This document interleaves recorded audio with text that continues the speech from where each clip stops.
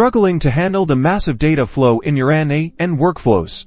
Let's unlock the power of the Use Mcp server to streamline your automations. First, let's access N8n settings. Click on a wrench icon located in the bottom left corner of your N8n interface.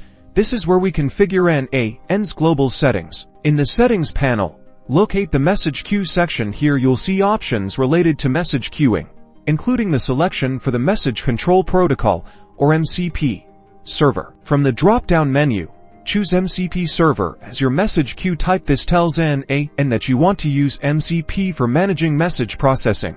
Now, let's configure the MCP server settings. We'll need to specify the hostname or IP address of your MCP server, as well as the port it's listening on if your server requires authentication. You'll enter the necessary credentials here as well. This is where you input all the server-related information. With the MCP server configured, N8n will now use it to efficiently manage message queuing and processing. This is especially useful for workflows with heavy workloads or complex logic. You can now run your data with ease. And that's it.